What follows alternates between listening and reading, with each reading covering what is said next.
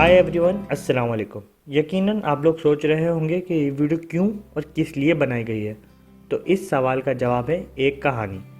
कहानी का बैकग्राउंड ये है कि रिसेंटली मैंने अपने ऑफिस से एक हफ़्ते के लिए छुट्टी ली।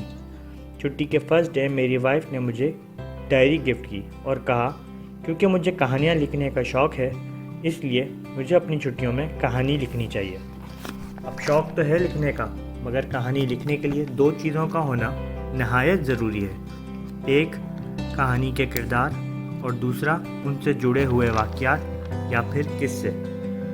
अब ना तो मेरे जहन में बर वक्त कोई किरदार थे जिन पे मैं कोई कहानी लिख सकूं, और ना ही कोई ऐसा टॉपिक जिसमें मैं किसी किरदार को ढाल सकूं। अभी ये सब मेरे जहन में चल ही रहा था कि मुझे आइडिया है कि क्यों ना शुरुआत अपने ही किस्सों से की जाए। किरदार को मैं बाखूबी जानता भी हूँ और मेरी ज़िंदगी में किस्सों की कमी भी नहीं। बस अब सोचना ये था कि किस किस्से को छेड़ा जाए। जवाब आसान था। अगर कहानी के शुरू में खुशगवार किस्सों को रखा जाए तो स्टोरी अच्छी ही रहती है। तो ये किस्सा है 2017 की छुट्टियों का। 24 दिसंबर की शाम मैंने एम्स्टर्डम से फ़्लाइट ली और स्विट्ज़रलैंड लैंड किया। स्विट्ज़रलैंड जाने के 3 रीज़न हैं। पहला ये कि कहा जाता है कि अगर आपको दुनिया में जन्नत देखनी हो तो 2 ही जगहें हैं, एक कश्मीर और दूसरा स्विट्ज़रलैंड। दूसरा रीज़न था DDLJ, यानी कि दिलवाले दुल्हनिया ले जाएंगे, और उसमें दिखाए गए जाने वाला ज़्यूरिख।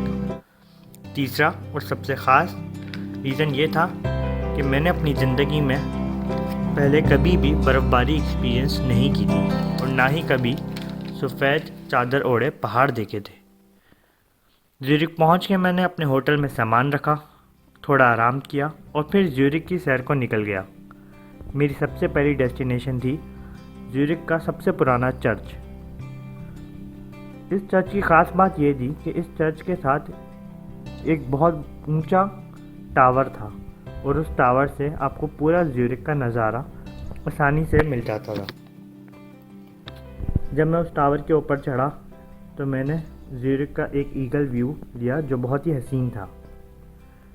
घर की चिमनियों से धुआं निकल रहा था। शहर के बीच से एक दरिया खामोशी से अपने रास्ते की तरफ गामज़न था। दूर से पहाड़ नज़र आ रहे थे जिन पर बर्फ़ जमी हुई थी और उनके बीच से सूरज की किरणें नज़र आ रही थीं। टावर से नीचे उतरकर दरिया के पुल पर खड़ा हो गया। खूबसूरत परिंदों को लोग दाना डाल रहे थे।